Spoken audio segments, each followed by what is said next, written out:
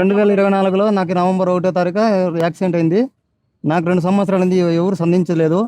మా జనసేన పార్టీ మా గంగాధర్ సార్ వచ్చి నాకు సంధించినాడు. ఇంతవరకు నాకు ఇటు వరకు పింఛన్ ఇచ్చేకి నాకు సార్ రెడీ చేస్తున్నాడు.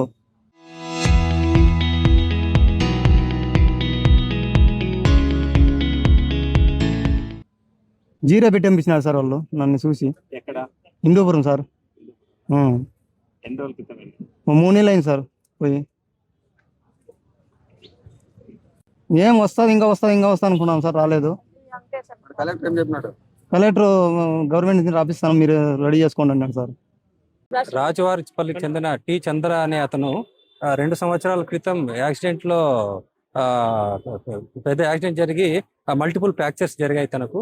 అప్పుడు 2 సంవత్సరాల నుంచి గత 1.5 సంవత్సరం వరకు హాస్పిటల్ చుట్టూ తిరిగారు. గత 6 నెలల నుంచి పూర్తి మంచానికే పరిమితమయ్యాడు ఆయన.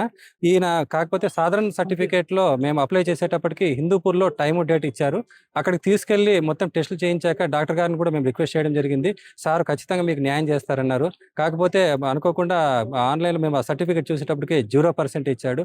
0% అంటే సార్ మీరు నాలాగే 0% అంటే, సో అవసరమైతే నడుస్తాము, లేదంటే బస్సు ట్రైన్ వెళ్ళిపోతుందంటే మనం పరిగెట్టగలము. కాకపోతే ఆ వైద్యులు ఎవరైతే ఇచ్చారో ఆ డాక్టర్ గారు కనీసం పరిగెత్తించాల్సిన అవసరం లేదు, కనీసం నడిపిస్తే చాలు, ఆయన ఫోటో పెట్టుకుంటారు వీళ్ళు, మేము ఆయన ఫోటో కూడా పాలాభిషేకం చేస్తాం. సరే మీరైనా ఒకసారి చూసి మీ ద్వారా పెద్ద మాకు నిమిషంగా మీడియా ప్రముఖుల ద్వారా మేము ఏమనుకుంటుంటే, చూడండి సార్, ఈయన ఎలా పరిగెట్టించగలడో, ఎలా నడిపించగలడో మీరే ఒకసారి చూడండి సార్ ఈయనకి.